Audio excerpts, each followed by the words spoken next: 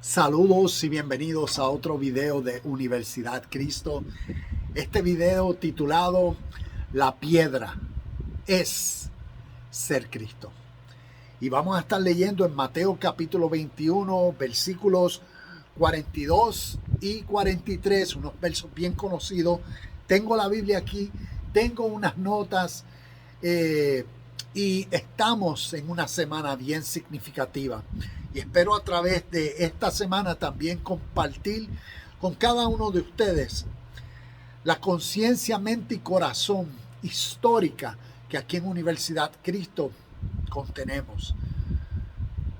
Y compartimos la realidad de Cristo resucitado en cada mente y corazón. Y esa es la resurrección de los muertos. Y vamos a conocer que esto es a luz histórica, porque hay una gran diferencia. Está la verdad histórica y está lo que se contempla y se celebra en esta semana como la verdad tradicional de una historia de fe para el mundo occidental. Comencemos con lo que nos dice Mateo y continuamos. Mateo nos dice en el verso 42, entonces Jesús les preguntó, ¿nunca leyeron en las Escrituras la piedra que los constructores rechazaron ahora se ha convertido en la piedra principal? Esto es obra del Señor y es maravilloso verlo. Ese verlo es significativo. El verso 43 dice, les digo que a ustedes se les quitará el reino de Dios y se les dará a una nación que producirá el fruto esperado. Contexto histórico. Jesús le estaba hablando a sus compatriotas y tengo unas notas aquí y quiero compartir. En el contexto histórico, esta piedra rechazada por los hombres, cuando uno mira, inclusive aquí tengo un sticker y esto se llama el Keystone, ese badge. El Keystone es como decir la piedra más significativa en esta marca de batería. Y tiene su entendimiento y su lógica, como decir, por la precisión, por lo algo significativo que una piedra es en una construcción específica, ¿ves? Requiere que tenga ciertos cortes, ciertas especificaciones, cierta precisión y ciertas medidas. Y esto, cuando alguien está construyendo algo significativo, ¿ves? En la realidad exterior, un constructor busca que la piedra que va a utilizar como el ángulo, como la piedra principal, sea exclusiva, sea única, sea precisa. ¿Cuánto más entonces estas enseñanzas que Jesús está compartiendo con su audiencia, cuánto más significado tiene al entender que entonces él estaba hablando de una piedra, no de algo exterior físico, sino de una piedra utilizándola como símbolo de una realidad, pero interna. Me trae a memoria cuando en Mateo capítulo 16, Pedro contesta diciendo, tú eres el Cristo, y Jesús dice, sobre esta piedra edificaré mi iglesia, sobre esta verdad, sobre este principio. Y es significativo entonces comparar el principio del Cristo y tal revelación con el principio del rechazo de su gente, ¿ves? Al rechazar la piedra. Y su gente rechazó el mensaje de Jesús, sus enseñanzas, rechazó el espíritu que él contenía. ¿Por qué? Porque el reino que él vino a anunciar, la realidad de esta piedra espiritual, la realidad de la contemplación de principios de la naturaleza humana, que se llaman principios espirituales, que tiene que ver como él en su evangelio lo llamó el reino de Dios dentro de vosotros. Por eso sus contemporáneos, en parte, al escuchar, al evaluar si este era el Mesías que ellos, basado en su escritura, esperaban, porque su Mesías tenía que, con cualidades, ser un rey político que viniera a destronar a Roma.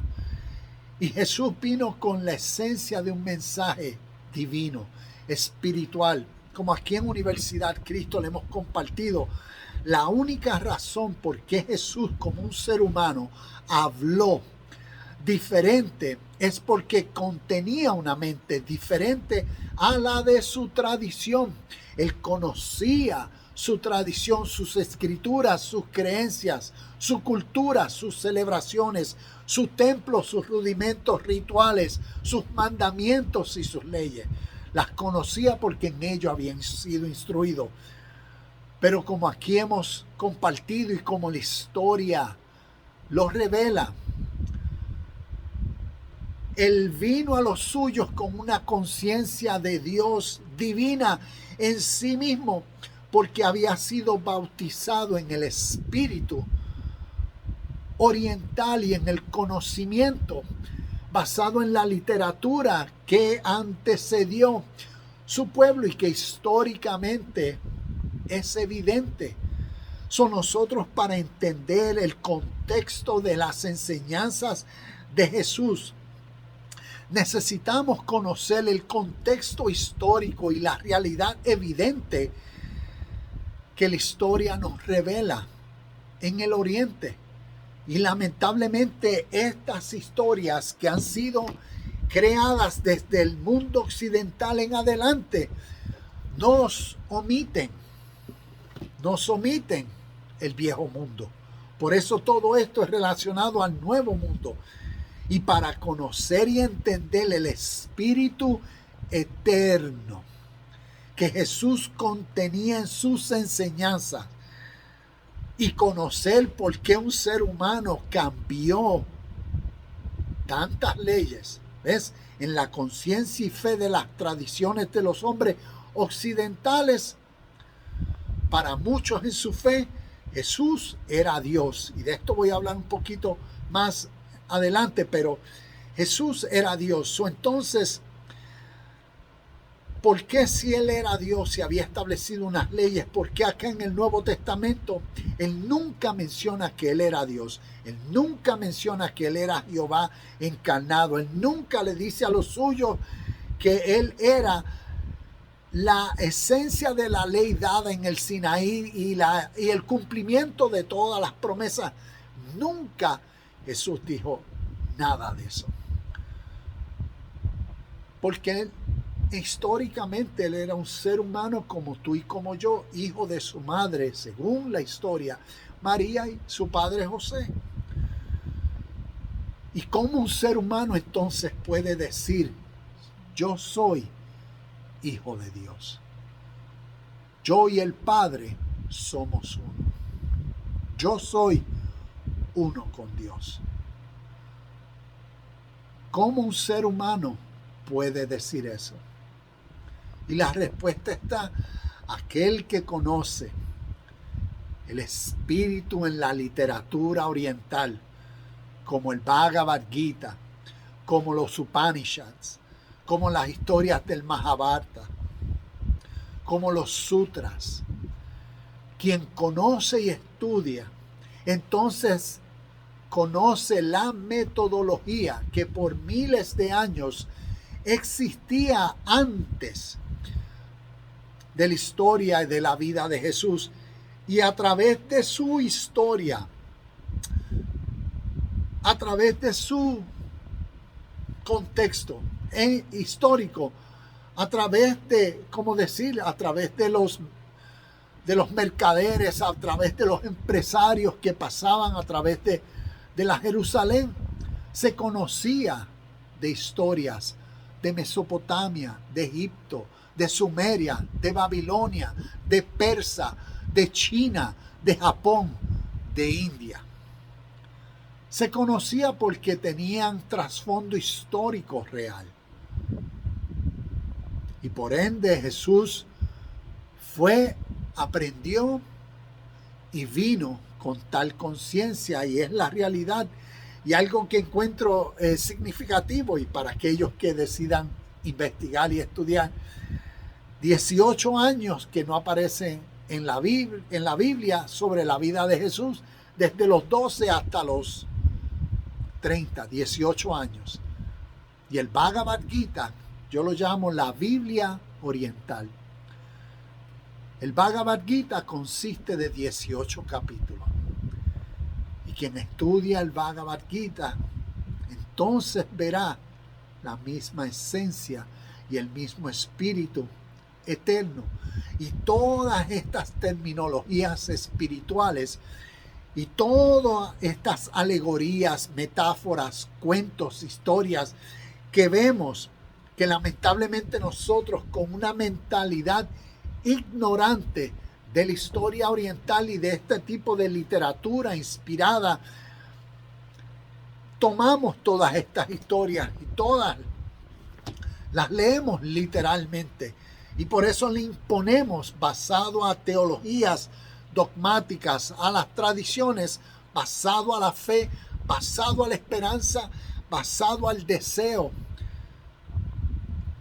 Le imponemos a los textos cosas, ideas que los textos originalmente nunca dijeron. Y entonces les comparto, como toqué algunos de esos puntos, lo que causa nuestras tradiciones, leyes, preconcepciones dogmáticas, doctrinas, causa que personas vean solo lo que ellos quieren ver, que personas interpreten y solamente acepten lo que ellos solamente conocen, quieren, creen, les gusta, y rechazan todo aquello, como tal vez en este caso, tal vez muchas personas, dice esta persona, rápido tienden a, antes de investigar, mejor es juzgar, mejor es apagarlo, porque está loco, se cayó de la mata, y en vez de déjame investigar, ¿por qué esta persona está diciendo esto? ¿Qué es el Bhagavad Gita? Déjame leer esta historia. Y cuando uno comienza a entrar a este tipo de literatura, se da cuenta de este primer principio, que es literatura en el Oriente, literatura espiritual, es literatura simbólica.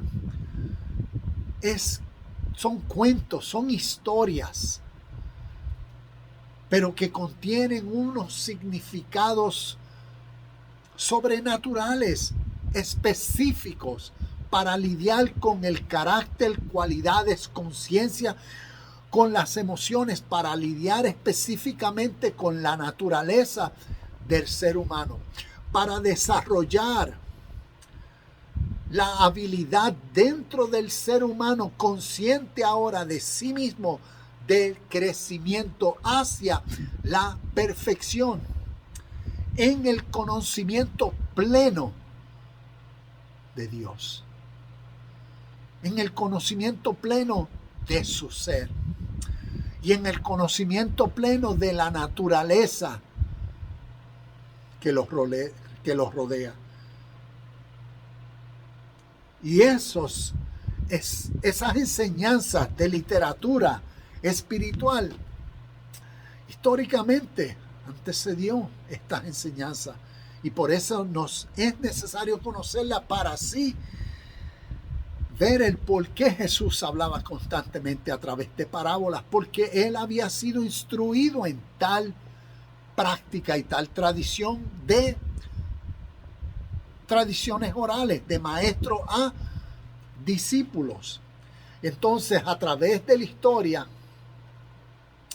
la enseñanza, lo que llamamos la piedra angular, vino a ser esta misma conciencia, esta misma realidad que Jesús había experimentado en sí mismo, donde había muerto a su ser, como un ser humano, como tú y como yo, había muerto a su ego, a su humanidad, a su mente dualista, a sus deseos, pasiones, a sus ambiciones, y había renovado su mente en la esencia universal, Dios. Y basado en tal realidad, entonces discipuló, y a través de su ministerio, a través del discipulado y enseñanza, vemos la realidad histórica, donde históricamente lo que sucede naturalmente en el proceso, que un maestro va enseñando y estudiantes basado en su naturaleza, en su capacidad, van recibiendo, van asimilando, van entendiendo las enseñanzas, van entendiendo y mirando las acciones, la vida del maestro. No tan solo sus palabras, pero sus acciones. Y va eso causando el cambio. ¿Ves? La revelación en el discípulo.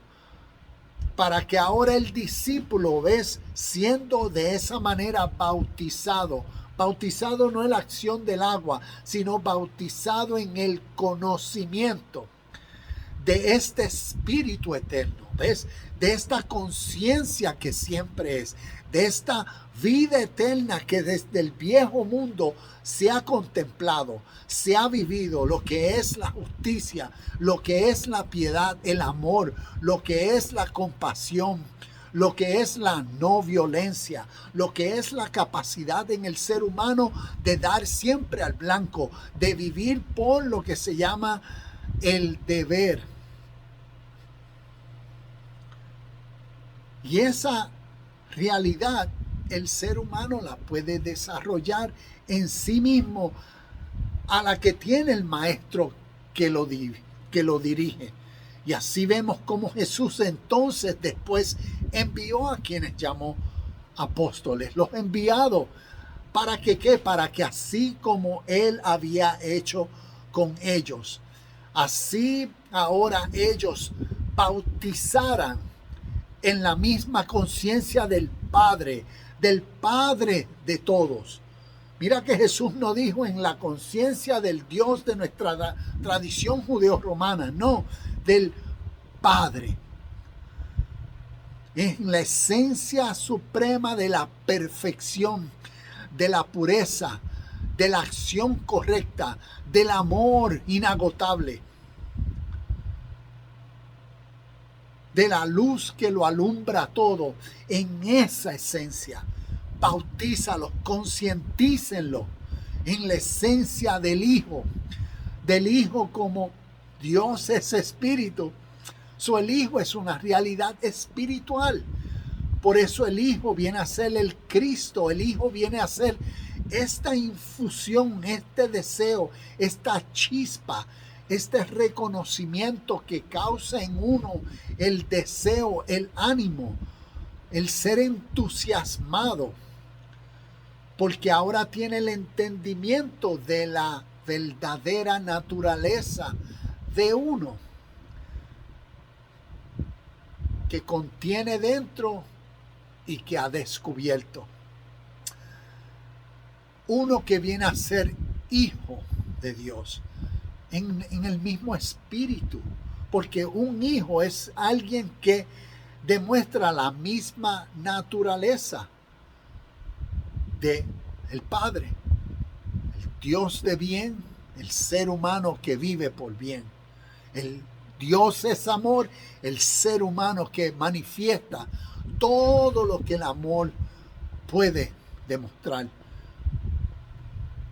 Dios es pureza, el ser humano que vive puro, en pensamiento, en acciones, en palabras, sincero. Esa es la realidad del bautismo en el Hijo y en el Espíritu Santo, ¿ves? En la conciencia que separa a una persona que pudo haber sido enseñado en sus tradiciones, en sus costumbres, en sus leyes,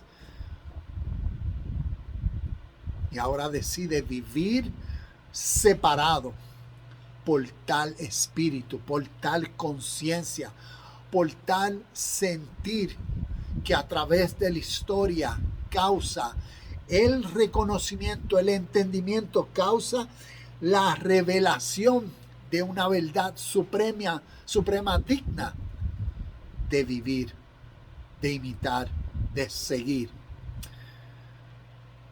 Y esa fue la vida de Jesús cuando vino con los suyos. Y lamentablemente en la historia vemos cómo esa piedra, cómo esa verdad angular, el Cristo en cada uno, ser Cristo, ser iluminados, esta revelación dentro del ser,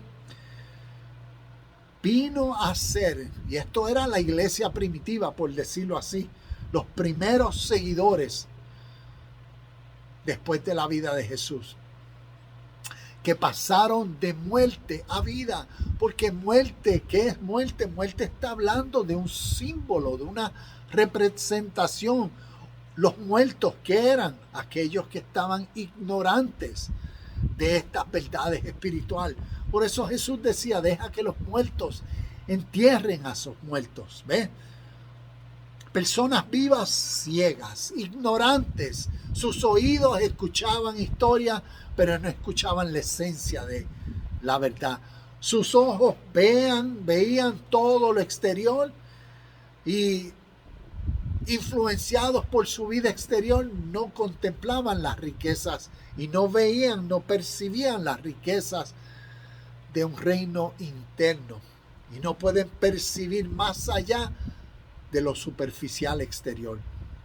Y hay personas que a las que se les revela, entonces ven con claridad el mundo y su contexto. Y ahí pasan de muerte a vida, de niñez a adultos, maduros, de seres impuros e imperfectos a seres perfectos. Y esa iglesia primitiva, ese evangelio, esa piedra, ser Cristo, esa conciencia dentro del ser humano, así como Jesús fue, como él mismo decía, así las cosas que yo he hecho, vosotros mayores haréis.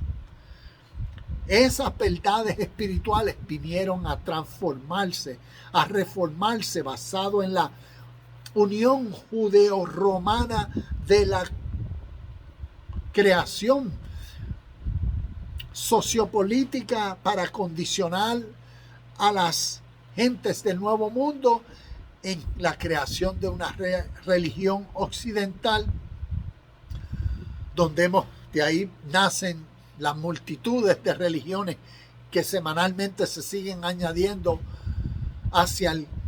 bajo la sombrilla del cristianismo, pero donde convirtieron la realidad de este ser humano en una divinidad. No, ahora se escribió una nueva historia donde Dios se hizo hombre. Y desde esa es la perspectiva que a través de esta semana todo esto se ve.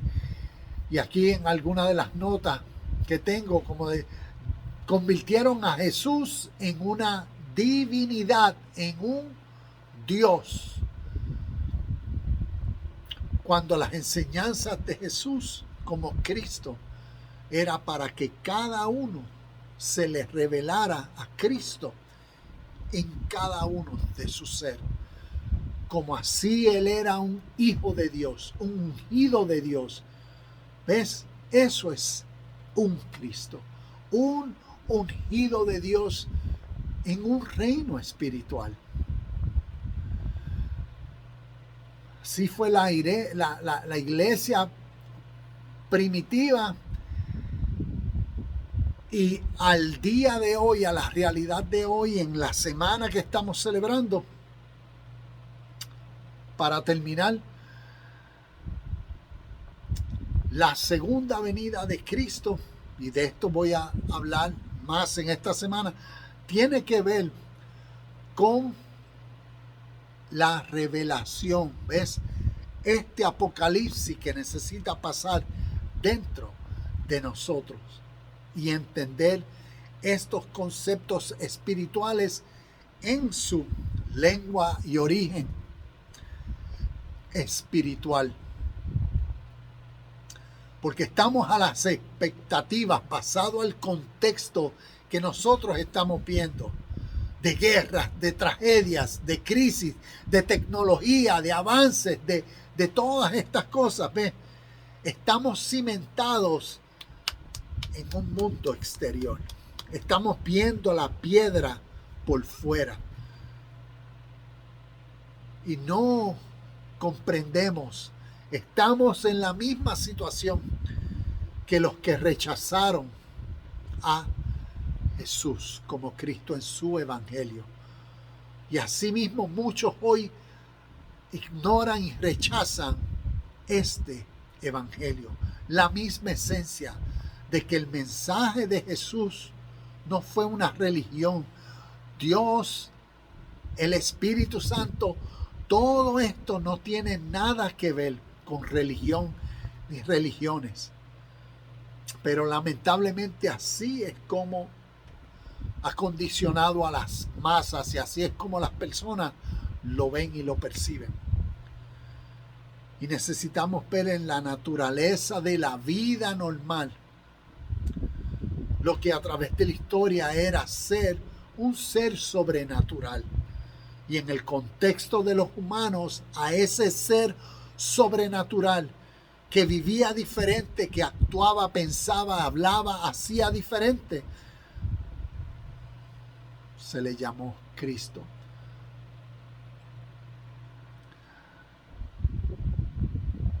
El conocimiento de el Espíritu de Cristo dentro de nosotros es la revelación en nosotros de nuestro ser divino. Ser divino porque es un ser en unión a lo perfecto. Cuando uno mira las cualidades y atributos que hablamos de Dios, es uno reconocer, contemplar, buscar y trabajar con uno mismo diligentemente, pacientemente, sinceramente, trabajar en uno mismo con estos atributos, con estas cualidades y características de Dios. Porque al reconocer que somos templo de Dios, entonces estas verdades son parte de nosotros y necesitamos manifestarla. Necesitamos, así como Jesús, dar a Dios más y más a conocer. La única revelación que el mundo tendrá de Dios es a través de Cristo, a través de seres humanos ungidos, hijos de Dios, que contienen la misma naturaleza, la misma esencia, el mismo sentir, el mismo espíritu, genuino, libres, sinceros, puros en acciones, conscientes y maduros al contexto y a la realidad del tiempo que estamos viviendo. Este es el Apocalipsis. Apocalipsis es la revelación de Cristo. En el contexto histórico, la revelación de Cristo, como Jesús dijo, muchos de ustedes, antes de que mueran, verán al Hijo del Hombre venir en su gloria. Ese verán es entenderán, reconocerán, y ese reconocimiento causa el arrebatamiento. El arrebatamiento, que es la experiencia interna de felicidad, de gozo, de avivamiento, de regocijo sincero, porque ahora uno entiende, se le abren los ojos, se rompe el velo y uno entiende toda esta historia y todas estas historias. Y uno vive en la libertad del mismo Espíritu. Y vive confiado. Y puede entonces decir, oh muerte, ¿dónde está tu aguijón? Oh sepulcro, ¿dónde está tu gloria? Ese apocalipsis, esa revelación de Cristo en uno, es la resurrección de los muertos a vida eterna. Es esta la piedra que los hombres en la historia rechazaron. Y esta verdad, esta piedra, es ser Cristo. Que esta verdad hoy, esta semana y siempre sea la verdad que tú conozcas. Que le des el tiempo para que a través del estudio, de la lectura y de la comprensión se te revele esta verdad en ti. La piedra es ser Cristo. Namaste, shalom y bendiciones, y nos vemos en el próximo video.